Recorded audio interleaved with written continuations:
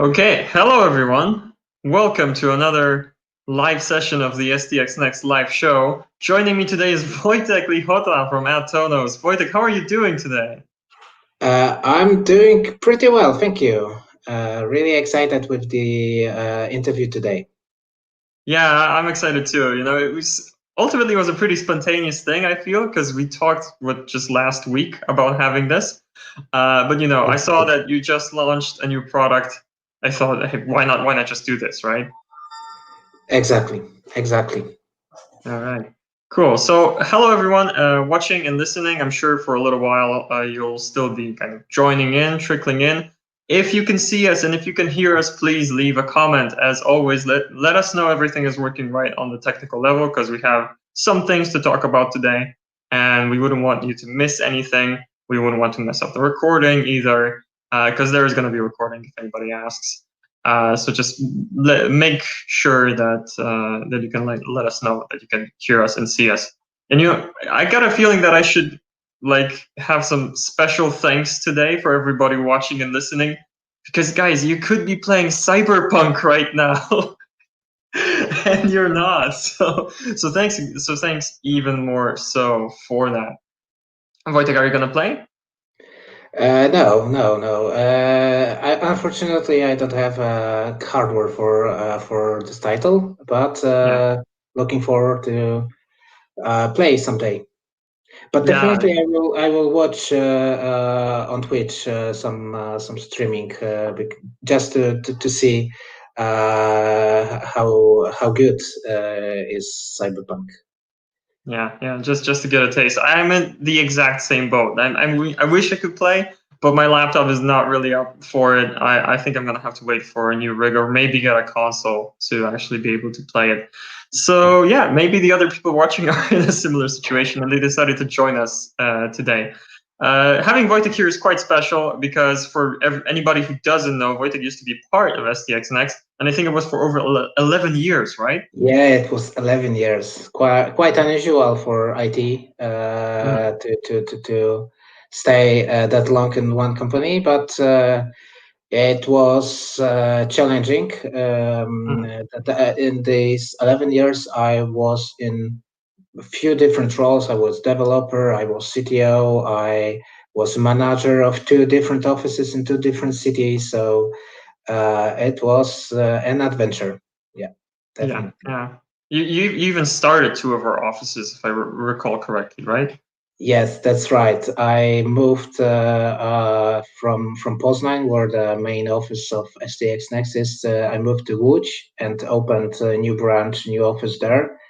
And in 1 year and a half, it grew from basically zero, to almost 40 people. So yeah, this was a bumpy ride, but very satisfying, to see how it's grown. And after building office in Łódź, I moved to Gdańsk, the city where I live right now, and opened STX Next branch there. Yeah, a lot of good memories from this time. Yeah, I'm really happy to hear that. But well, it's not the main point of the conversation we're having today, because right now you're CTO of AdTonos, right? So first of all, I wanted to ask you, what's the story behind and how did you end up working at AdTonos? What do you do, and what is your role there? Yeah, I'm CTO of AdTonos. And AdTonos is online audio advertising platform. So basically, this is a marketplace where publishers, which have some audio content, radios, podcasts, audiobooks, or some streaming music, can meet with advertisers that want to play some ads for the listeners, basically. But we, in our case, we change and we innovate in this area, because in the audio area, the big part of advertising is still the classic way. So just buying advertising space on some content. So basically, as an advertiser, you go and say, I want the ads to be played on this and this radio, for example, before news or in the middle of some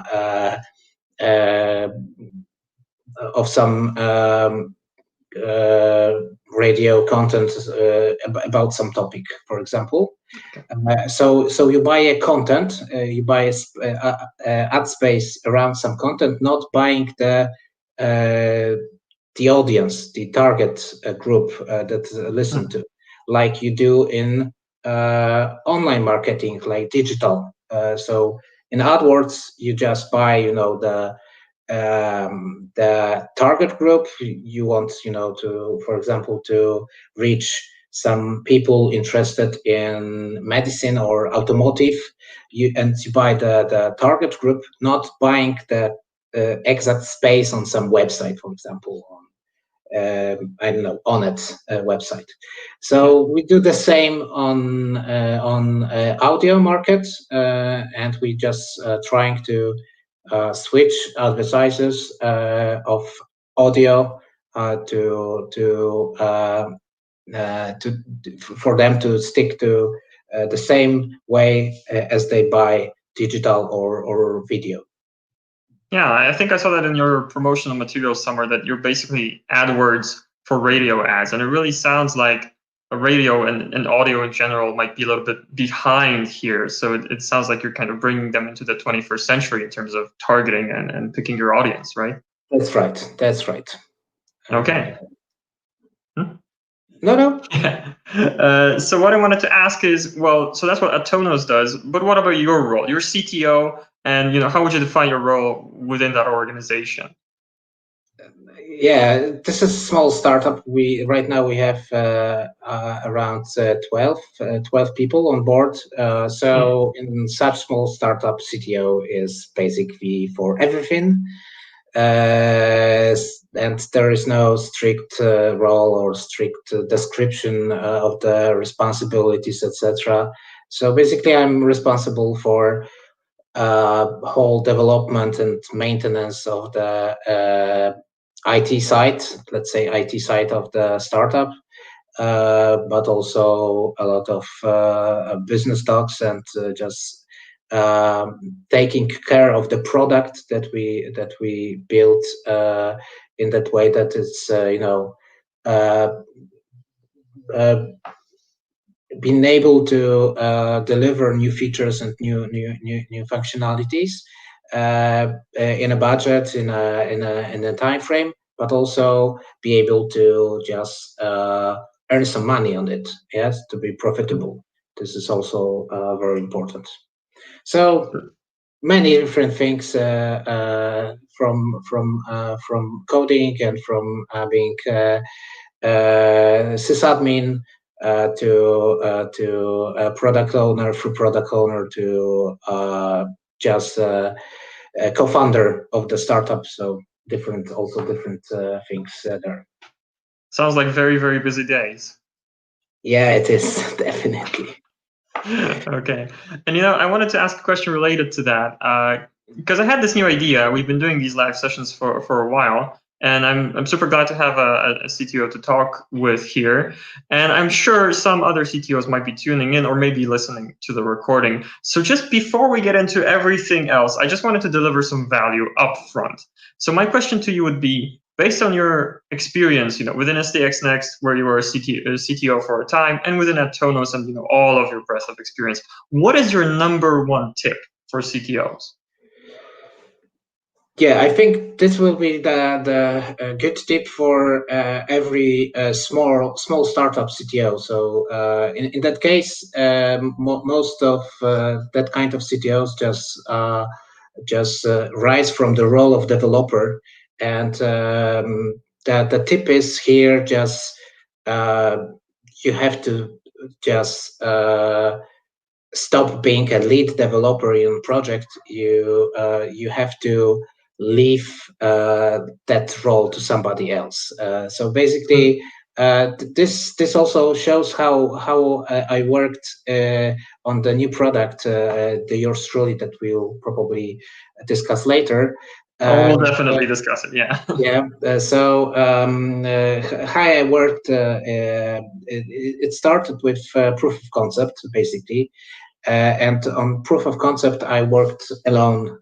Just wanted to start it by myself, just to see what's possible, how to approach this topic. Just wanted to test few frameworks, and so on. And after a few weeks, probably, or even faster, I created the proof of concept and just pushed it to the development team. Just forwarded it totally. They took it over, and I just wanted to be up to date, but not to code there. This was probably something out of comfort zone, because previously as a developer, I wanted to be really close to the code, but this is the way. This is the correct way, I think, to do that, because as a CTO you have so many different things to do that if you will be the main responsible for the product, it will never be on time on the market.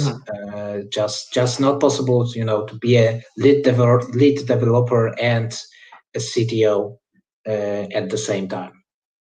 I see. Okay, so I suppose it's a pretty traditional, a classic leadership lesson: learn to delegate and dare to delegate, right?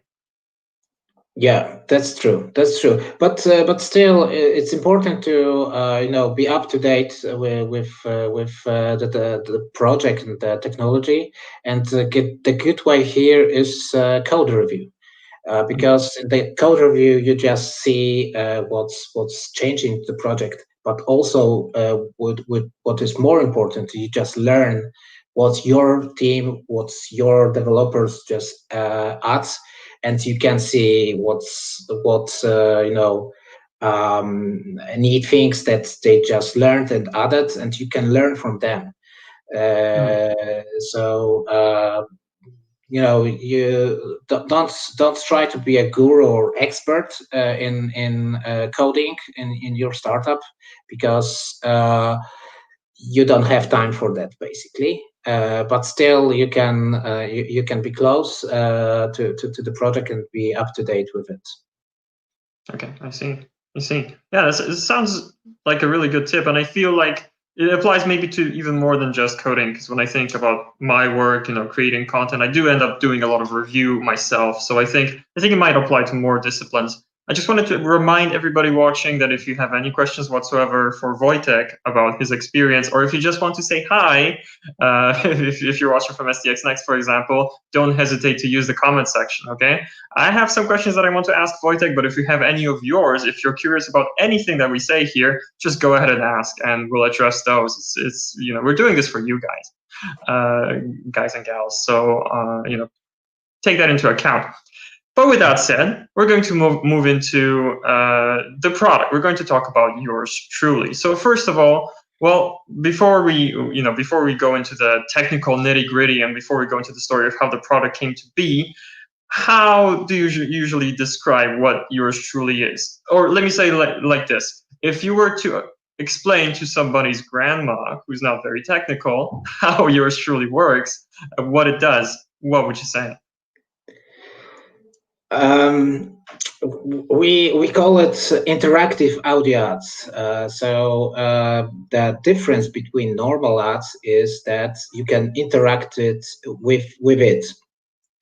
Of course, interaction with audio is possible only on smart speakers. So this type of ad is tends to use there. And I think the best way to describe and to understand how what this is just to take a look on that some case. So let me describe the first use case that we introduced to the market, it was, yep. Just 1 second, because we do have a comment coming in from none other than Maciej Czerwa, who says hi. Well, hello from our CEO to you. Hi, Maciej. Hi. Yeah, it's fun to get a comment from you. Yeah, thanks for tuning in. And now, of course, if you have any questions for Wojtek, go ahead and ask. And now, a use case for yours truly. Let's go. Yeah, so the first use case was for Audi and the new Audi A3 campaign. So basically, listeners who listen to one of Power Group radios through smart speakers, so for example, through Amazon Echo or Google Home, listening to the radio could in the ad break hear the ad about the new Audi A3 car, and this is nothing new. This is just Audi ad, but after the ad, listener gets the call to action. So, for example, in this case, it was if you want to book a test drive, just say to your smart speaker, "Okay, Google, ask yours truly to book me a test drive," or "Alexa, book me a test drive with yours truly." And listener, after saying that, just entered into the process of booking. The speaker asked for example, for location or email, and proceed the booking. And after that, you are just appointed for the meeting on the dealership site, where you could drive your car for some time and just test it. Okay, so basically, yeah. So I'm still thinking how to put it in very simple terms. So if grandma has a Google Home at home and she hears an ad for something that interests her, soon she'll be able to respond to the ad and get what is being talked about, and she can drive the new audio or something. Exactly. There are much more use cases that can be implemented, like okay, Google, give me a discount. Okay, Google, give me some voucher.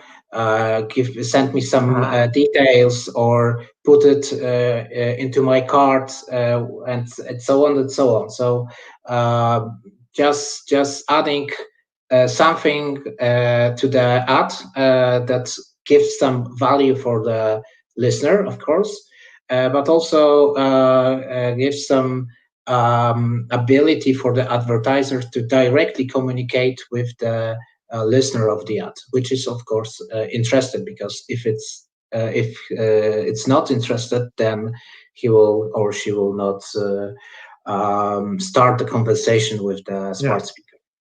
Yeah, so in that way you can also measure conversion. Just to put a pin in this discussion, because we have a question coming in. Questions from Damien. I'm sorry if I mispronounced that, by the way. And well, it gets right into the nitty gritty. This is something that we wanted to touch upon a little bit later, but just for you, let's go right into this. So Damien says, I know Google is very restrictive regarding interactive audio ads on Google Assistant's actions. So do you, Wojtek, have some learnings or tips and tricks on things to do or avoid doing? Yeah, this is probably the biggest obstacle during our release of the product to the market. The Google policies and also Amazon policies were created basically for some more standard or regular kind of extensions, and they are just not created for the innovative things. So you have to really maneuver between paragraphs just to fit into the regulations. Any tips here? Just iterate. Just send some proof of concept as early as possible to Google for review. Get the feedback, adjust, send again, and so on. So this one, and in our case, the Google and Amazon policies for advertising inside the smart speaker basically tries to avoid those kind of advertisements until it's inside audio. So if you're listening to the radio or listening to a podcast and there is audio inside the content, not something that you only play, only add to your skill, but it's inside, it's wrapped around the content, some audio content, then it's basically okay with the policies to play ads. Mm-hmm. So you need to play some longer piece of audio content, like a podcast episode, and then within that episode you can insert an ad. Am I getting that correct? Exactly. If your skill or action just want to play just the ad around some conversational after interaction, then it's not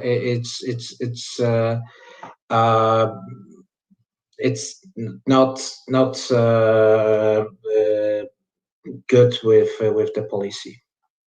Okay, I see. Well, Damien, I hope that answers the question. If you have a follow-up, let us know. What I'm curious related to what you just said is, well, do you think the policies are going to change over time? Because you mentioned what you're doing is pretty innovative, right? So do you think that now that Amazon and Google know about your case, they're going to, make these policies a little bit easier in the future, or is that not very likely? In the near future, I don't think so. They will change anything because this is too small, too unique right now. But hopefully, eventually, they will do that because the audio and the smart speaker usage just growing. The voice assistants can do more and more, and whenever the listeners are, the advertisers will want to go there as well. Sure. So this is just a matter of time, I think, to grow the audio interactive advertisements. Yeah. It's interesting what you said. How did that go? That wherever the audio or the content is, the advertisers are going to want to go there. And there's something I'm curious about, and I hope you can give me an honest answer. Is, well, how do you feel working in ad tech in general, in advertising in general? Do you feel like, because I think some people might think that, I don't want these ads in my content. So what would you say to those people? Yeah, those kinds of remarks are normal, I think, and and I work in ad tech because to improve the ads, basically. So having the ads targeted, not broadcasted to everyone, brings the value to listener as well, because they get only the ads that they are relevant to them and interesting and not too irritating. So, for example, in Polish radio, a few years ago, there were some ads for example, for some kind of medicines where which were very irritating. Because it was really often and not totally not interesting for everyone. For example, one of the very often ads was Ad about znikające boczki. This is in Polish, of course. Right, so weight loss, or? Yeah. And not everyone is interested in that, and just hearing that was just annoying.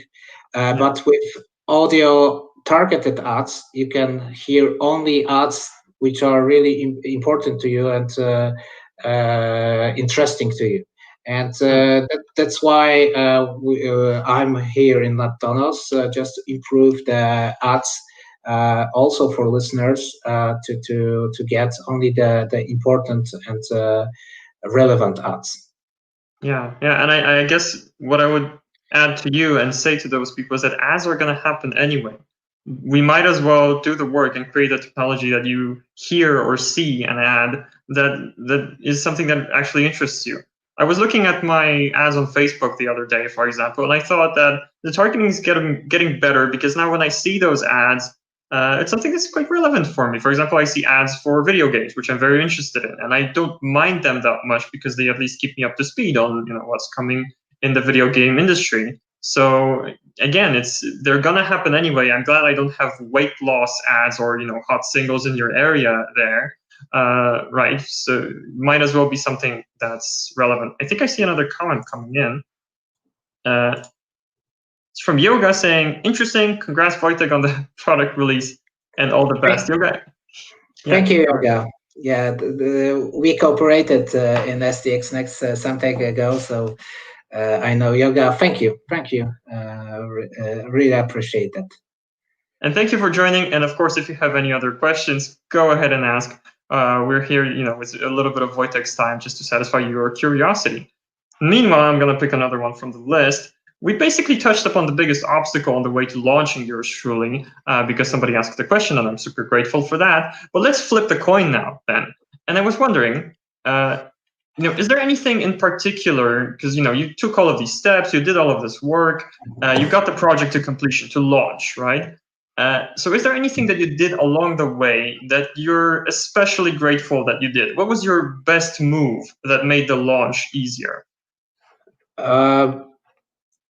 Yeah, I think this is also another lesson that we learned during the release process. Part of the release process was integration with existing skill of the radio broadcasters.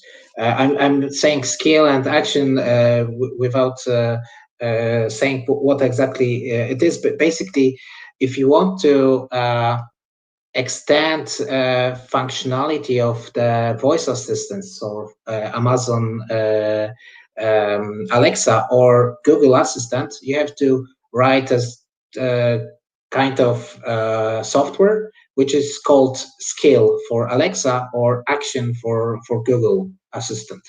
And that's why I'm saying skill over action all the time.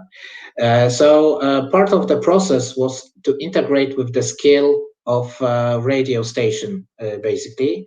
And we started with just writing the documentation, how to integrate with us, what kind of API we have, and so on and so on. But integration wasn't that smooth. That there were some bugs and some delays. So we decided to prepare. We called it a reference implementation. So we just took an open source code of the radio skill, which most probably is the backbone of the radio skill used by the client. And we just integrated yours truly into this open source code and release also as open source, just to show in a working example, showing how the integration looks like. And after that, it really improved and speed up the integration development on both sides. And we were able to to finish before deadline. Okay, I see. So yeah. No, go ahead. What I wanted to say is, so you made it concrete for your potential clients who you were trying to convince to basically install this product in their skill, or actually you just show them how it works on a concrete example. Yeah, exactly. And now, when we will again have to, describe how to integrate with us, we always will be showing the reference implementation, because the code often for developers, just code shows and speaks for themselves. They don't need that dry documentation only for that. Okay, I see. As we were talking, we actually had 2 questions come in. You can probably see them on your screen as well. So we've got one from Yoga, who took my advice and asked the question. Let's start with that one. Very interesting to myself personally, because I have a background in translation and interpreting. So Yoga asks, I was also wondering if the product is currently language specific, as in, if you need to enter a new market with a different language, will that be possible at this time? Yeah, so for the initial release, we pick only English as a language. But right now we're just the limitations are smart speaker limitations. So basically, um, Amazon and Google have the speakers for English, German, Spanish, French, I think, and that's it. Those languages. For example, in Poland, you can use smart speakers, but you have to communicate in English. Even if you have Google Assistant in Polish, but Google Assistant in Polish is only on mobile, only on Android phones, not yet on smart speakers. So here the limitations are not not on us, but more on Google and Amazon right now. Right, because as I understand, once Google and Amazon write a new or build out a new speech recognition engine, let's say for Polish or whatever other language, then it's just a matter of deciding, within the yours truly skill or action, what the user needs to say to get in touch with yours truly, right? Exactly. It's a matter of just adding translations to the triggers and to sentences that are said by the speaker, and that's it. Okay, yeah. So that sounds like something that you'll be waiting for, so you can expand to other markets potentially. And to your point on Google Assistant, I remember when I was trying to use it, I think it was a year or two ago on my mobile phone. Initially you couldn't use it in Polish at all, and then when you could, it has just fewer functionalities. So still they're focusing on that core market. And I think actually this invoking the app really plays well into the next question we have from Damien. Thanks again. Who says, if I understand well, what you did with the Audi case is having an audio ad and then the user needs to invoke another voice app, yours truly. So the flow is not happening with the same voice app having delivered the audio ad. I think I know the answer to that, but could you expand on this? Yes, of course. This was inside the app that played the audio, so it's not the different skill, but it's in the skill, and that's why we needed to integrate into radio skill of the publisher. Why was this needed? Because we wanted that after the interaction with the ad, the listener was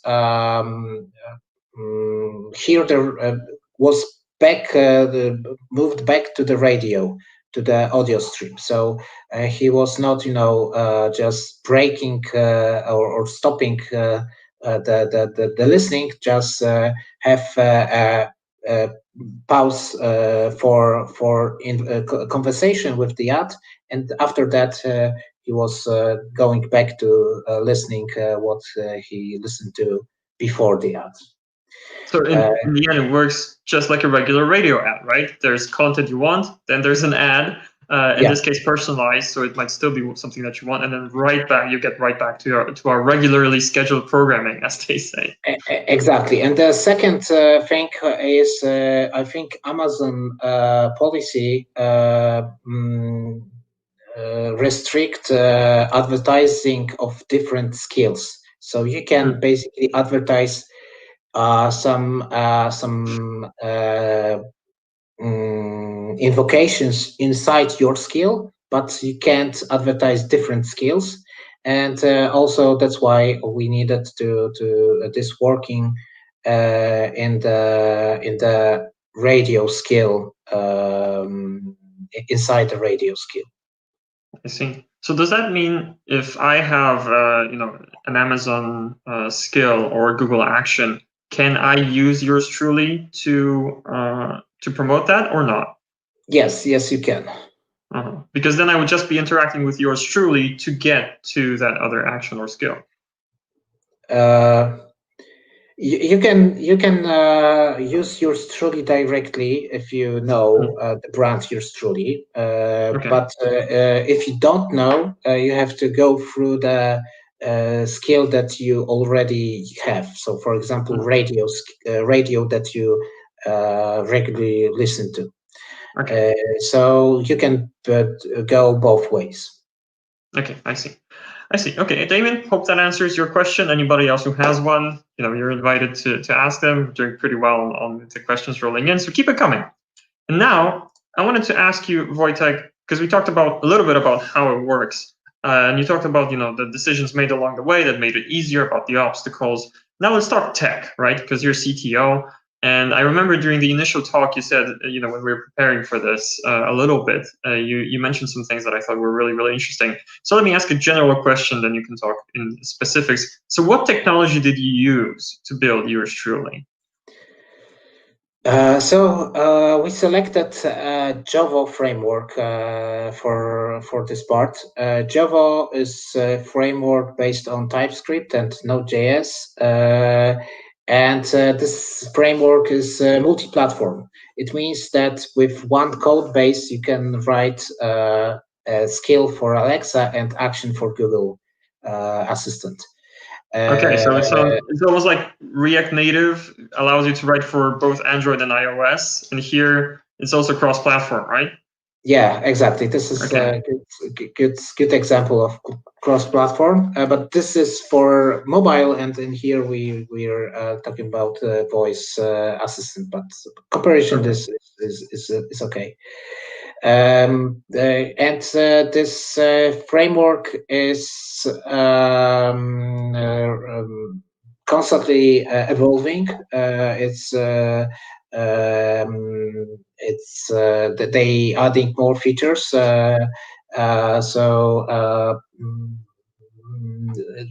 When we started with it, it was mainly for Amazon and Google. Right now, you can write also for Samsung Bixby assistant. You can even write your own assistant and use it on Raspberry Pi with it. So quite interesting things you can do with it. And it also helps you to develop, because it has the quite nice debugging tool. And during the development, your smart speaker communicates to your skill using Java proxy. And in this Java proxy, you can see all the traffic, all the requests and responses that goes between smart speaker and your skill, which really helps in debugging and finding things that could be improved. So yeah, I really recommend it, especially for the first skills. There are good tutorials just to start, and it's not only good for the start, but also good for more complicated use cases. It's still with us. We didn't change it over the time, so it's also a good sign of a good framework. Okay, so it's not only good to start with, but it also seems like it scales when it comes to complexity. Yeah, that's right. Okay, so I'm wondering, you mentioned that you use this framework, from the technology side. Are there any other particular tools for voice assistants that make it, easier to create your own action or skill? There are plenty of tools you can use. You can use different languages. You can use Python for that as well. That's good to know. Course, yeah. We use we selected TypeScript because we have other parts of the system written in TypeScript or JavaScript. So this was more natural for us. But you can also write it in Python and Java.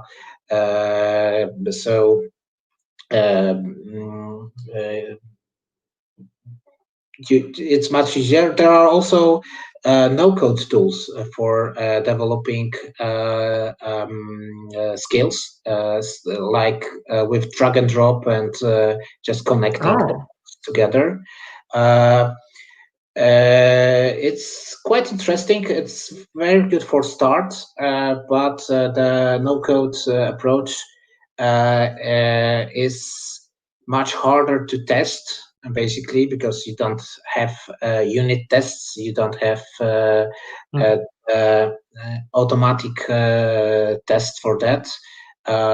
It's more manual tests. So it's a good for start and for fast prototyping, but for some bigger cases, sooner or later, you probably will switch to just coding and writing down your skill into the code. So nothing, particular to promote here, but just use Google and just check by yourself what's there and what you will prefer. Okay. So what's your feel of this whole ecosystem right now? Do you think, because I had no idea there was a framework, and that sounds like it might accelerate those projects quite significantly. So do you think it's, still early stages? Are there any, tools that you would wish for here that somebody, could create down the line? How easy or how difficult it is to actually get started with voice assistants?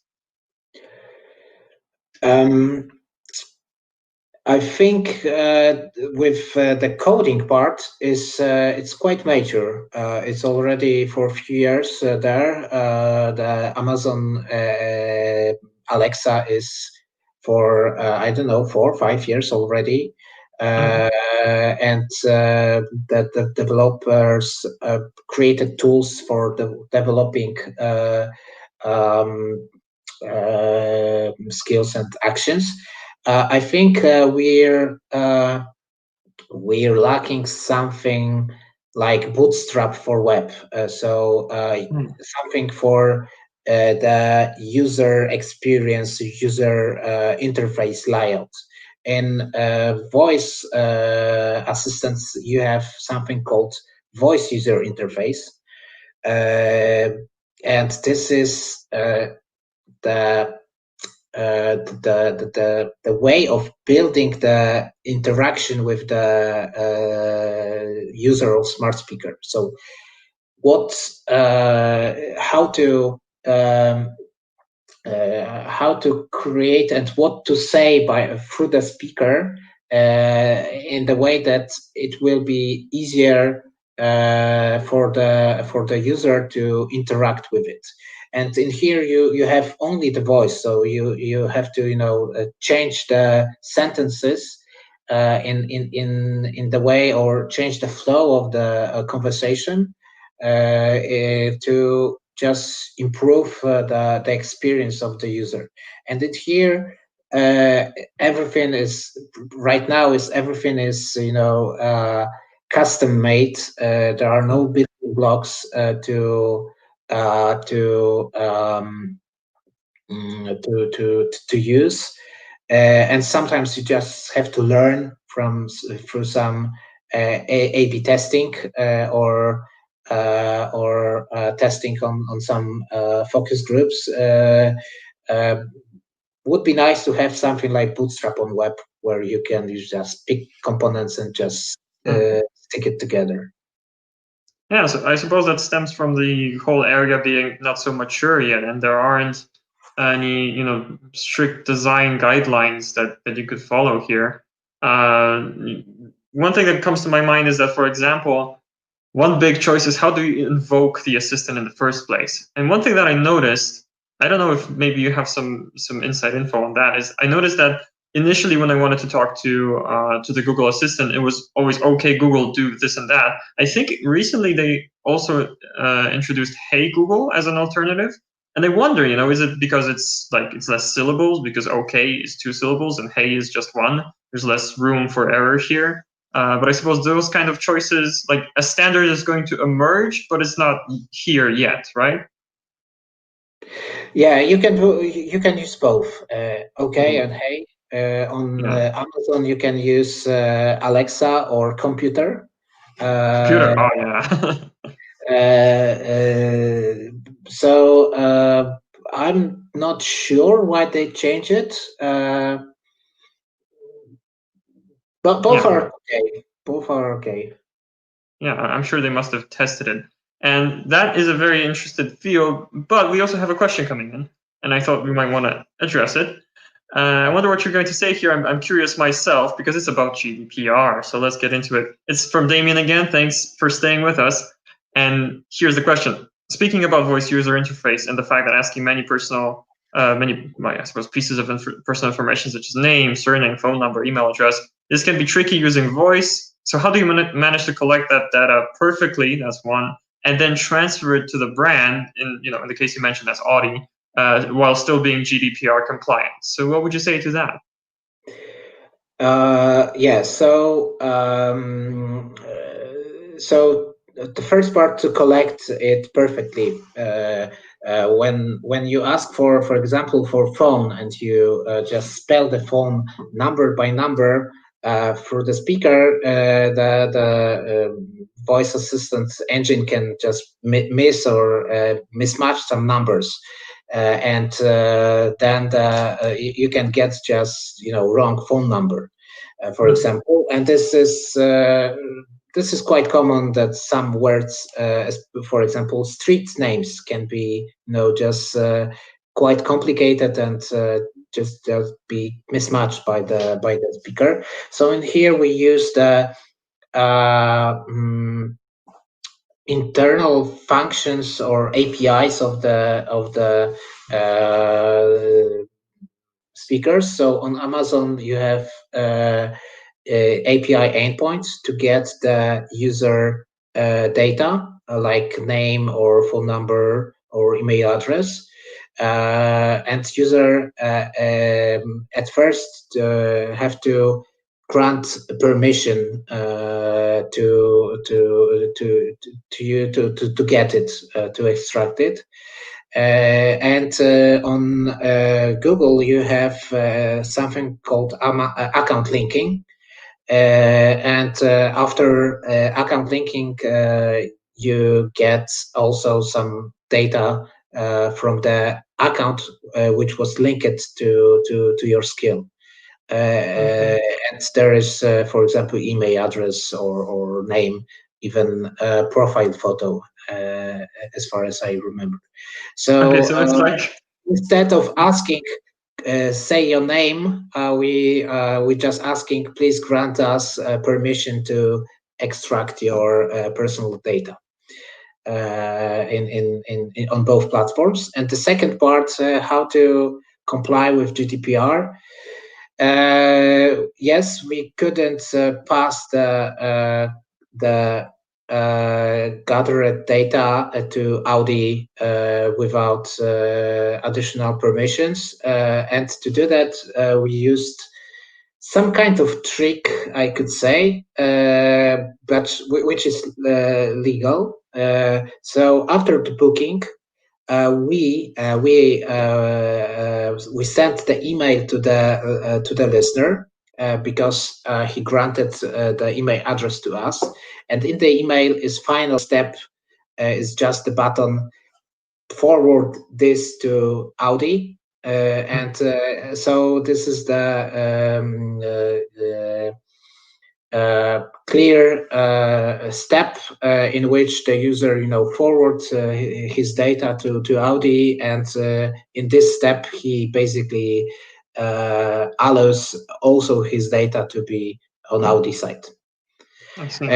It's additional step for the listener, but then it's better for the listener, so because he's aware of sharing his personal data, and it's better to do this through email than through user through voice, because then we would have to say through the speaker a quite long legal part why we do that, and so on, so on. Just showing that in email is much easier. Yeah. So if you have 5 minutes spare, let me read our privacy policy to you now, and then you can get back to your radio program, exactly. Right?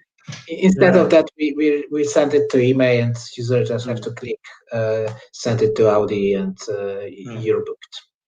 Yeah, so I assume, I imagine it introduces just a little bit of friction, but you have to do it for legal reasons. That's right. Okay. My main takeaway from all that you just said is that, correct me if I'm wrong here, but the way this works is that Google already knows where you live, but you just have to give the app permission to use that information. Exactly. Okay, well, that sounds scary at all then. But the good part is that they really have it secured. So you as a developer, you can't extract data like it was in Cambridge Analytica, that you shared your data without any knowledge of it. In here in Amazon and in Google, a developer really can't get the data without proper consent from the user. Yeah, it sounds, in all seriousness, it sounds like it strikes a good balance between convenience and security here. So I'm glad it works like that. And an excellent question too, Damien. Didn't think to ask that, and yet it really illuminated a lot. So thank you for asking it. Okay, well, I initially said that we kind of discussed that this should be an hour or so, our conversation. I don't want to keep you too long, but I do want to give you the space to make any additional announcements for our audience, or do you want to talk about the future plans for yours truly, or are you hiring? Is there anything you'd like to mention as we slowly wrap things up? Yeah, we want to develop yours truly. We want to add more scenarios. We want to prepare it more automatic, so that there will be less of coding of developers just to push some ads, interactive ads. So definitely we want to develop this idea because we feel that there is a big potential here. And any announcements? Yeah, we're looking for financing right now. So if you're interested in investing, or some VC who would be interested in that area, we're open for discussion, and I would be more than happy to talk about it. Okay, excellent. Any positions open right now in terms of hiring, or not at this moment? Yes, we're looking for JS developers, front end and back end. So we're always looking for good and people which are interested not only in just coding, but also being responsible for the product, because this is the difference between software house and product company. That in product company you really have impact on the product, and you can really change it in a way that you feel that will be good for the product, for the startup.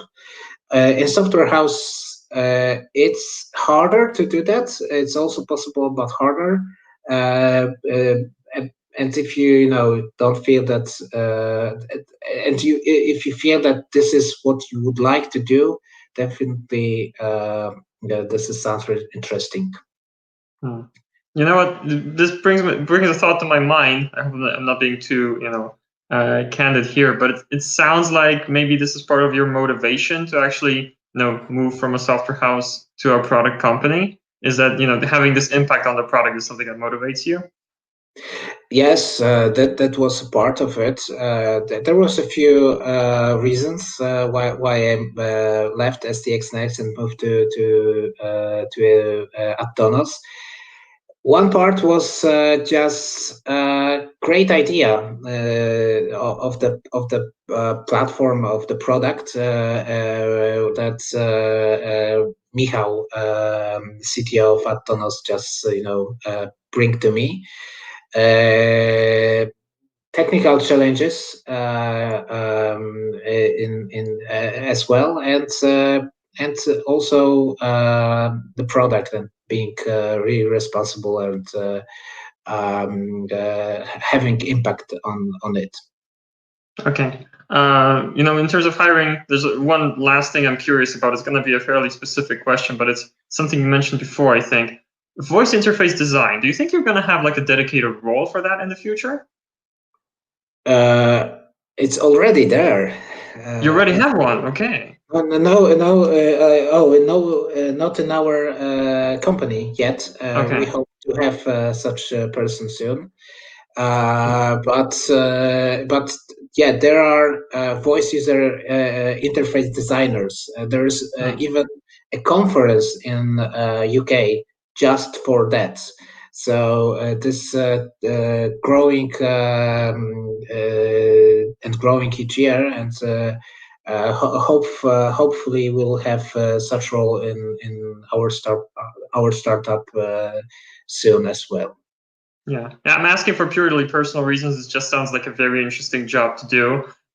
So that made me really curious, and it's something new that I learned from you, and a bunch of other new things that I learned today, and all of our watchers and listeners surely did too. I see no more last comments or questions coming in. So, are there any parting thoughts before we go our separate ways and enjoy our Thursday afternoon? Nothing from me. Okay. I just wanted to say I'm super happy that I could have you here, and that we could host you on the STX platform. Me too. I'm proud of the product that we just released, and hopefully it was also valuable for anyone who joined with us, that I shared something usable and very valuable. Yeah. So if you want to stay in touch with Wojtek, go ahead and follow him, for example, on LinkedIn. I'm sure some of us might want to continue the conversation. New comment from Yoga says, thank you again.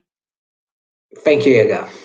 Yeah, thanks for being there. In terms of STX Next, if anybody's watching us for the first time, well, we build products or help products get built faster. So if you want to go to stxnext.com and learn all about that, you're more than happy to. Make sure to follow us to get notified when we go live next with our next guest. It's probably going to be in the new year. So this is the last one, before Christmas, the last one before the new year, the last one in 2020. And I feel like I should use this opportunity to, wish everybody happy holidays. I know it's quite early, but like I said, probably our last broadcast before we do that. And wish everybody a better 2021. Is that the thing to say? I think these are the most commonly used greetings in this part of the year. So let the 2021 be better than this year. Yeah, better. Less interesting, just better, because this year definitely was interesting.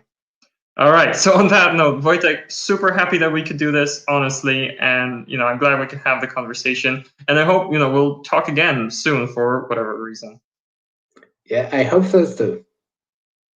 Cool. Watchers and listeners, thank you again so much for joining us, and we'll see you in 2021. And you can go play some Cyberpunk now or something. Bye.